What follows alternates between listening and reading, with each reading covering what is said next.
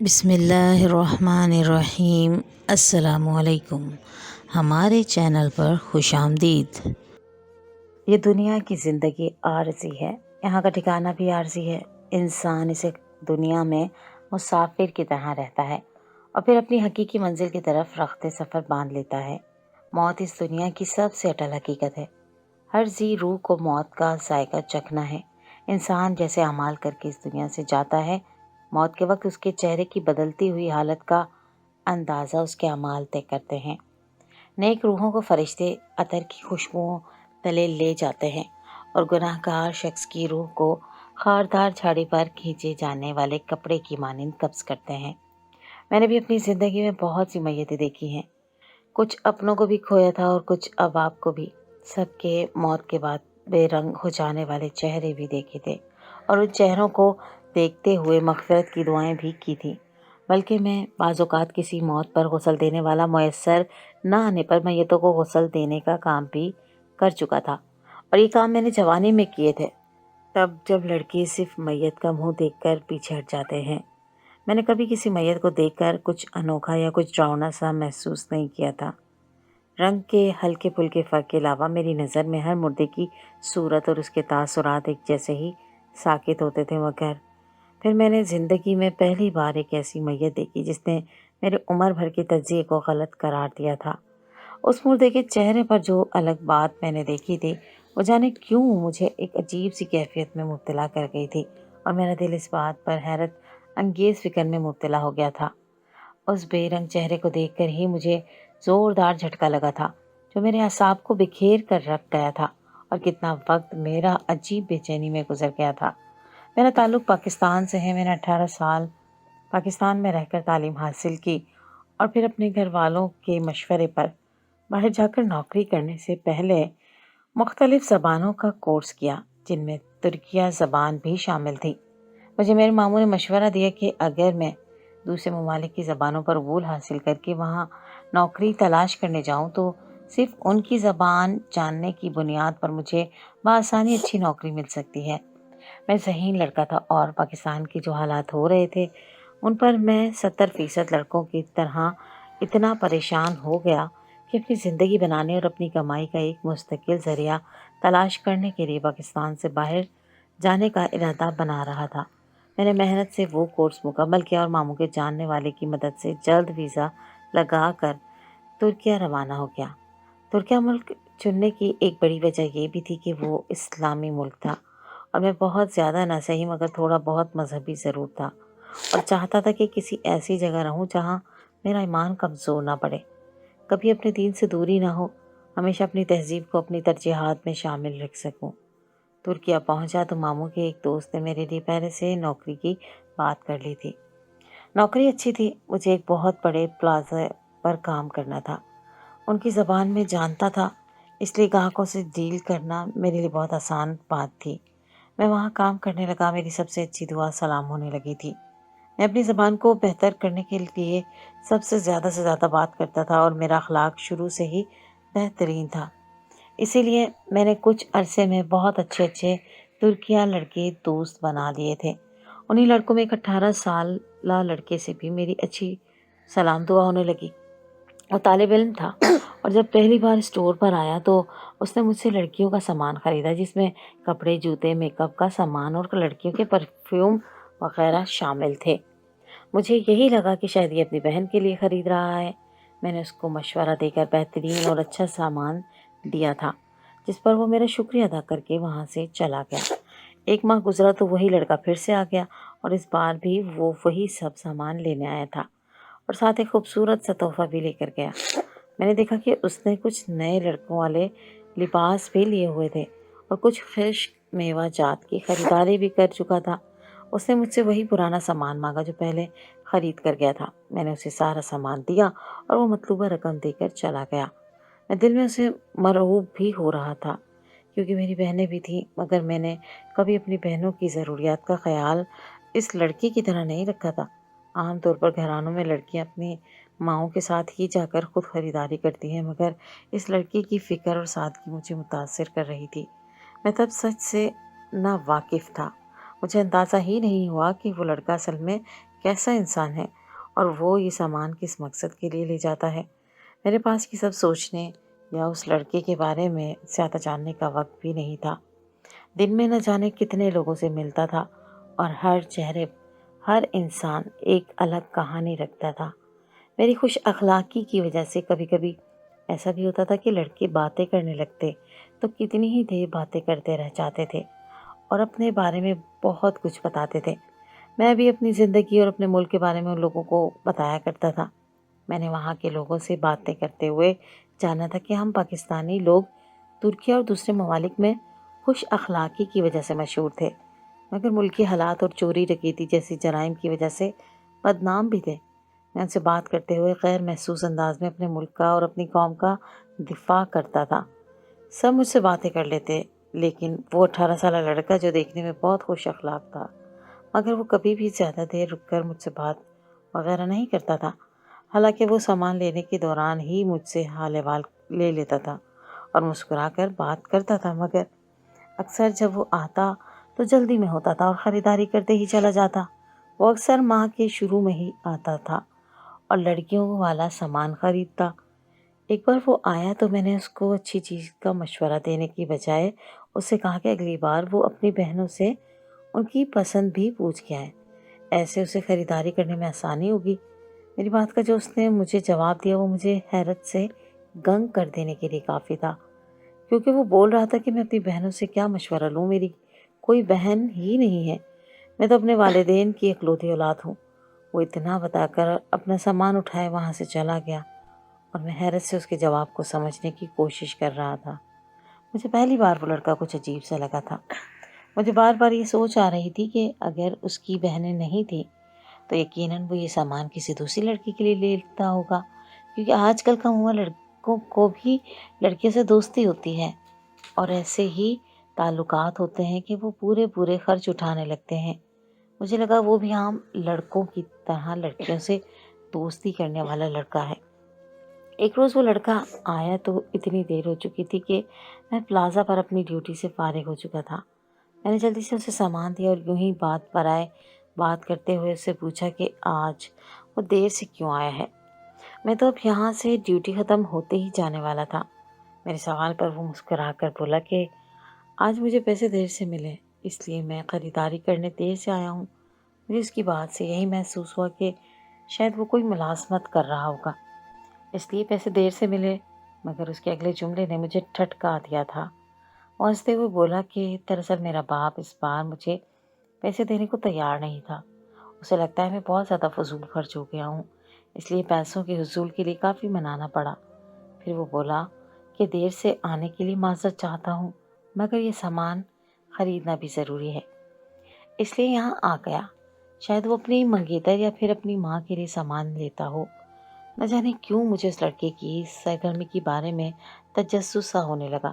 شاید وجہ یہی تھی کہ وہ میرے چھوٹے بھائی کا ہم عمر تھا، مگر مجھے اس کی بات سے حیرت بھی ہوئی تھی۔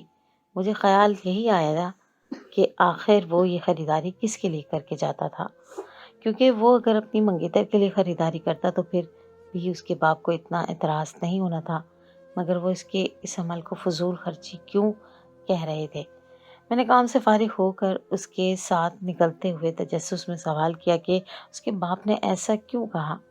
میرا یہ سوال کرنے کا مقصد یہی تھا کہ وہ مجھے جواب میں سچ بتائے، مگر اس نے نفی میں سر ہلا کر بس اتنا جواب دیا کہ نہیں، یہ سامان میری منگیتر کے لیے نہیں ہوتا اور میرا باپ اس خریداری کے متعلق نہیں جانتا۔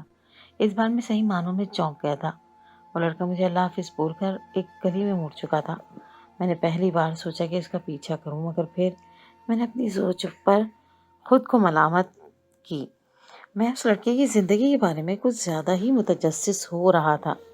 میں سر جھٹک کر وہاں سے چلا گیا اور سوچ لیا کہ اگلی بار وہ آئے گا تو میں سچ جاننے کی کوشش کروں گا، اور اگر اس نے بتایا کہ وہ انجان لڑکیوں کے لیے خریداری کرتا ہے تو اسے سمجھا دوں گا کہ وہ راہ راست پر آ جائے۔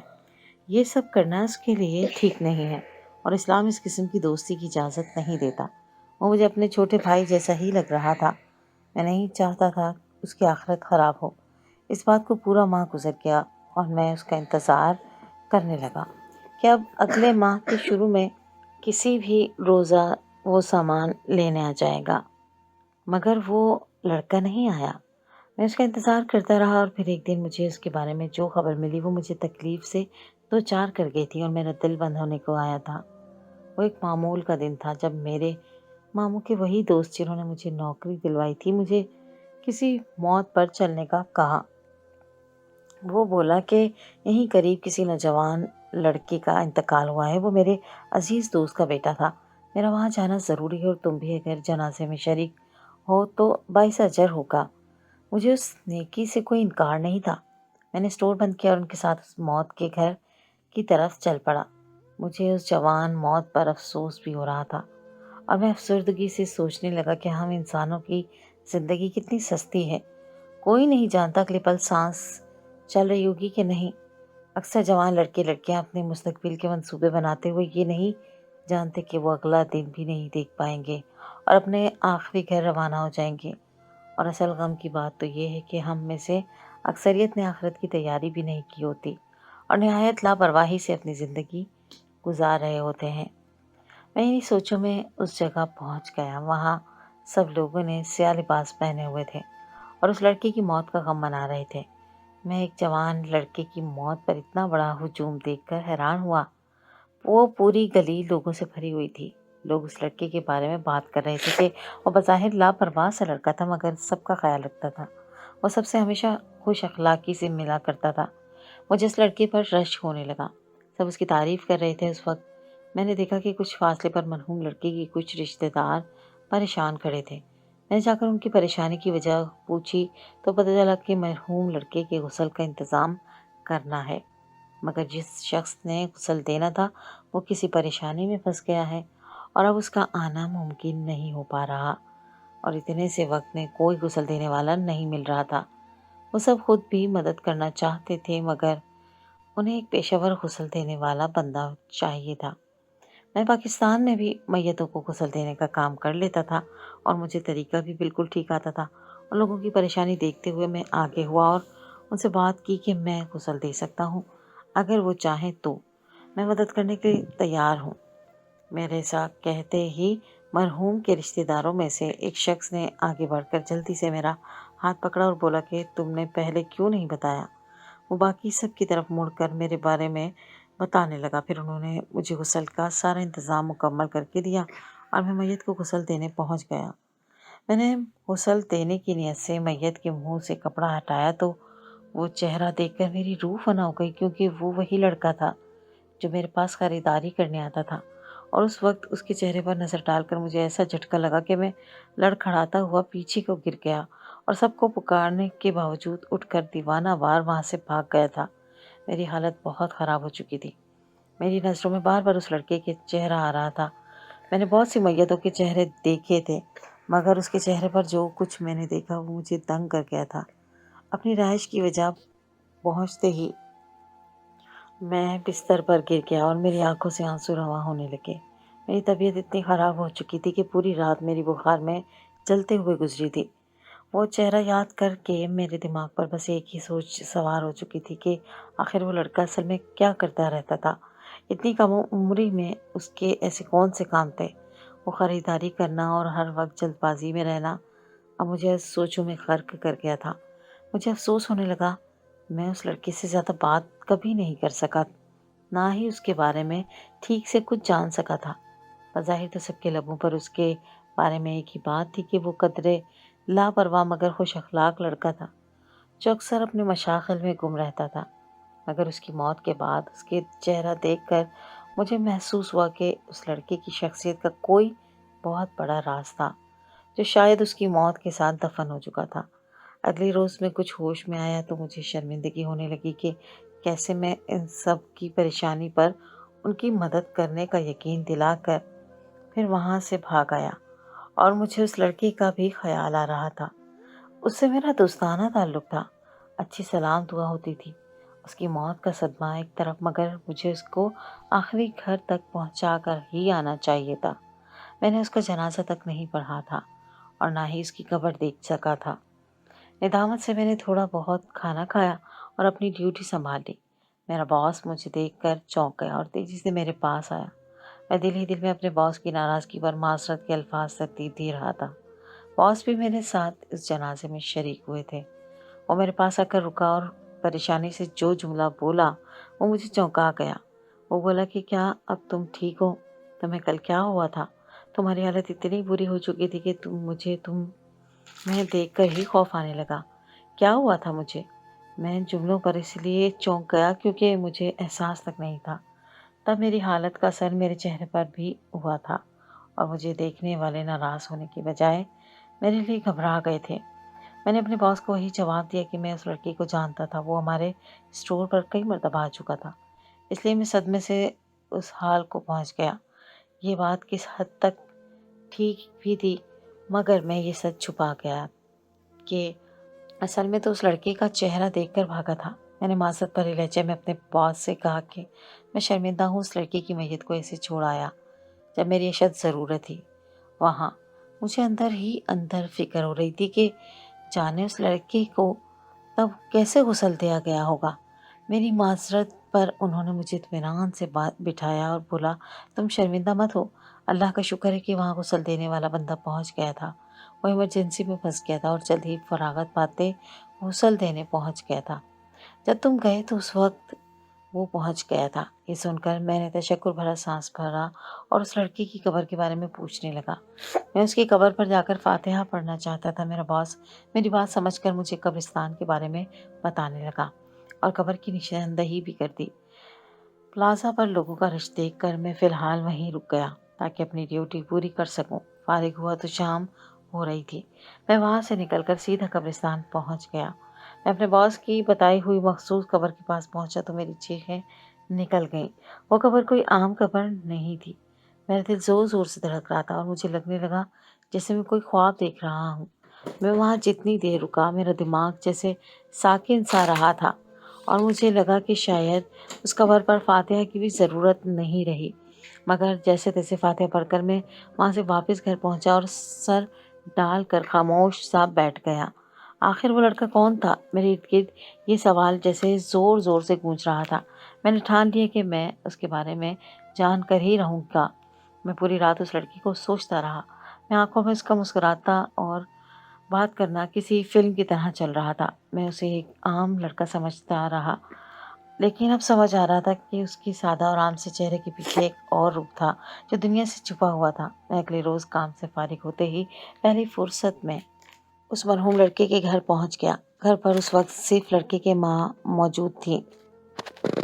میں نے خود کو اس مرحوم لڑکے کی دوست ظاہر کیا تو انہوں نے مجھے اندر بٹھا کر چائے پیش کی۔ میں نے اس کے لیے افسوس کرتے ہوئے اس کے بارے میں کہا کہ وہ اکثر میرے اسٹور پر خریداری کرنے آتا تھا اور اچھے سے ملتا تھا۔ وہ میرے چھوٹے بھائی کا ہم عمر تھا، مگر میں اسے کبھی کھل کر بات نہیں کر پایا تھا۔ میں نے ان سے اپنی خواہش ظاہر کی کہ وہ مجھے اپنے مرحوم بیٹے کے بارے میں بتائیں۔ میں اس کے بارے میں زیادہ سے زیادہ جاننا چاہتا ہوں۔ میری خواہش بے ضرر سی تھی، اس لیے وہ عورت نم آنکھوں کے ساتھ اپنے بیٹے کے بارے میں ہر بات بتانے لگی اور میں نے اس کے بارے میں جو جانا وہ بہت معمولی سی باتیں تھیں۔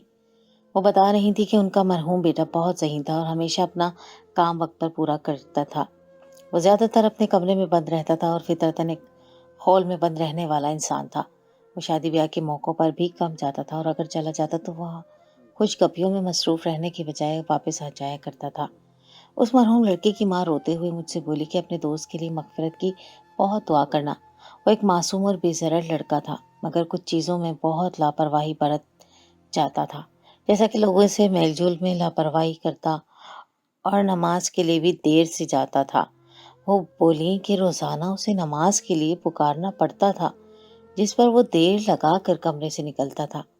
اس کے باپ نے اس بات پر ایک روز اسے ڈانٹا تو اگلے روز سے اس نے یہ حل ڈھونڈا کہ جو ہی نماز کا وقت قریب آتا تو وہ اذان ہونے سے بھی پہلے گھر سے نکل جاتا تھا اور نماز کا وقت گزر جانے کے بعد بھی گھر آتا تھا۔ وہ روز رو رہی تھی اور میں ساکت سا بیٹھا تھا۔ مجھے یاد آیا کہ کیسے اس لڑکے کو جب غسل دینے کے لیے میں نے کپڑا اس کے منہ سے ہٹایا تو مجھے جھٹکا لگا تھا، کیونکہ اس کا چہرہ ایسے شفاف اور سفید تھا جیسے وہ سو رہا ہو۔ اس کے لبوں پر نہایت واضح مسکان تھی۔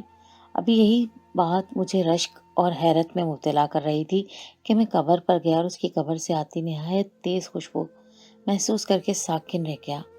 وہ خوشبو میرے اعصاب کو جکڑ چکی تھی اور مجھے احساس دلا رہی تھی کہ یہاں میں نے فاتحہ پڑھنے کی بھی ضرورت نہیں رہی۔ وہ لڑکا بے شک اچھا تھا، مگر آخر ایسا کون سا عمل تھا کہ اس کو موت کے بعد اللہ نے وہ مقام دیا کہ اس کے لبوں سے مسکراہٹ جدا نہیں ہو رہی تھی اور اس کی قبر سے اتنی خوشبو آ رہی تھی۔ کیسی نیکیاں کرتا تھا آخر وہ؟ اور یہاں اس کی ماں کی بات نے مجھے مزید حیران کر دیا تھا۔ جو لڑکا نماز نہیں پڑھتا تھا، اس کے پاس اور کیا عمل تھا جو اسے اللہ کے قریب لے گیا؟ ابھی یہ بات چیت ہم کر رہے تھے کہ اس مرحوم لڑکے کا باپ آ گیا۔ میں اس سے ملا اور جنازے کے روز کی جانے والی اپنی حرکت پر ندامت ظاہر کی۔ اس پر وہ نرمی سے بولا کہ تب جو تمہاری حالت تھی وہ ہمیں بھی پریشان کر گئی تھی۔ یقیناً تم ہمارے بیٹے کے بہت قریبی دوست تھے، اس لیے تمہیں اس کی موت کا اتنا صدمہ پہنچا۔ میں نے اس بات میں سر ہلا دیا۔ اس لڑکی کا باپ اتنی سی بات کے بعد افسردہ سا کتنی دیر بیٹھا رہا، مگر مزید کوئی بات نہیں کر سکا۔ مرحوم کی ماں کو اس کے لیے روتا دیکھ کر مجھے جانے کی کیا سوچی کہ میں نے اچانک اس کے باپ کو پکار کر اس مرحوم لڑکے کی قبر کے بارے میں بتایا اور جھجک کر بولا کہ میں نے اپنی زندگی میں بہت اموات دیکھی ہیں، مگر یہ میرا بالکل تجربہ تھا۔ میں نے قبر کا سارا احوال سنا دیا۔ مرحوم کی ماں اور باپ آنکھیں پھاڑے مجھے دیکھنے لگے۔ شاید ان کا ابھی تک قبر پر جانے کا اتفاق نہیں ہوا تھا۔ میری بات پر مرحوم لڑکے کا باپ، جو سر جھکائے آنسو بہا رہا تھا، جذباتی سا لگنے لگا اور زور زور سے الحمدللہ کہنے لگا۔ پھر اس نے میری طرف دیکھا اور بولا کہ میں اپنے مرحوم بیٹے کے بارے میں اگر تمہیں بتاؤں تو شاید تم یقین نہیں کرو گے کہ وہ اتنی سی عمر میں ایسا انسان تھا، لیکن آج میں تمہیں بتاتا ہوں کہ دنیا کو نظر آنے والا وہ لڑکا اصل میں کس قسم کا انسان تھا۔ ایسا کہتے ہوئے اس نے مجھے اپنے مرحوم بیٹے کے بارے میں سب کچھ بتا دیا، جو مجھے گنگ کر گیا تھا۔ اس شخص نے جو بتایا وہ واقعی میرے لیے ناقابل یقین باتیں تھیں۔ وہ بتا رہا تھا کہ میرا بیٹا سارا دن اپنی پڑھائی سے فارغ ہوتے ہی اپنے کمرے میں بند ہو کر قرآن کی آیات پر تفکر و تدبر کرتا رہتا تھا۔ اسے ہر آیت کی تفسیر جاننے کی خواہش رہتی تھی۔ قدرت کی نشانیوں پر غور و فکر کرتا، وہ نفل پڑھنے پر آتا تھا تو پڑھتا چلا جاتا تھا۔ راتوں کو اس کا باپ اکثر جاگ کر اس کے کمرے میں جاتا تو وہ تہجد پڑھنے میں مصروف نظر آتا تھا، اور یہ عمل وہ سب سے چھپاتا تھا۔ اس میں ریاکاری بالکل نہیں تھی۔ اس کا باپ بھی اس کے بہت قریب ہونے کی وجہ سے یہ راز جان گیا تھا۔ وہ بولا کہ میں اس سے پوچھتا تھا کہ وہ دوسرے لڑکوں کی طرح دنیا پرست کیوں نہیں ہے، اسے ان سب چیزوں کا کیسے شوق ہوا، تو وہ بولتا کہ جو سکون ان سجدوں میں ہے وہ مجھے کہیں نہیں ملتا۔ جب سے اللہ کو دوست بنایا ہے کسی دوست کی ضرورت نہیں رہی۔ اس کا باپ بتانے لگا کہ وہ نماز چھوڑنے کے لیے گھر سے نہیں جاتا تھا۔ وہ تو جب اکثر نماز کے لیے لیٹ ہونے لگا تو اس نے وقت سے پہلے مسجد میں پہنچنا شروع کر دیا، جو چند پل رہتے وہ ان میں نفل ادا کر لیتا تھا اور پھر نماز پڑھ کر لمبی لمبی دعائیں مانگتا رہتا تھا۔ پھر وہ ہر ماہ ایک معقول رقم لے کر کہیں خرچ کرنے لگا۔ باپ بولا کہ مجھے شک ہوا تو اس سے پوچھا، مگر وہ کچھ بتانے کو تیار نہیں تھا۔ اور جب وہ مرا تو اس کی نہایت قریب رشتہ دار نے اس بات کا راز بھی کھول دیا۔ ان کی اس قریب رشتہ دار بیوہ عورت کی 3 بیٹیاں تھیں، تینوں ہی جوانی کی دہلیز پر قدم رکھ چکی تھیں۔ دوسری لڑکیوں کی طرح انہیں بھی اچھے لباس پہننے کا اور اچھی چیزوں کا شوق تھا، مگر غربت کی وجہ سے اس کی ماں ان کی خواہشات کو پورا کرنے سے قاصر تھی۔ اس لڑکی کو یہ بات پتہ چلی تو ہر ماہ وہ ان لڑکیوں کے لیے اچھے سے اچھی چیز لانے لگا اور اس کی ماں کو سامان دے کر ہدایت کرتا تھا کہ اپنی بیٹیوں کو دینا اور انہیں غربت کی وجہ سے احساس کمتری کا شکار نہ ہونے دینا۔ ان کی خوب تعریف کرنا۔ وہ مایوس لوگوں کی ہمت بندھاتا تھا۔ وہ حقوق اللہ بھی پورے کرتا تھا اور حقوق العباد بھی ہر ممکن پورے کرتا تھا۔ اس کا باپ اتنا بتا کر سسکتے ہوئے بولا کہ یہ وہ عمل ہے جو میں جان گیا تھا، باقی میں نہیں جانتا وہ کیا کرتا تھا، کہاں گم رہتا تھا، مگر اتنا جان گیا ہوں کہ میرا بیٹا اللہ کا پسندیدہ ترین انسان تھا۔ میں اس باپ کی بات پر متفق سا سر ہلا رہا تھا اور سوچ رہا تھا کہ نیکی تو دنیا میں بہت سے لوگ کرتے پھرتے ہیں، مگر وہ ریاکاری میں مبتلا رہتے ہیں۔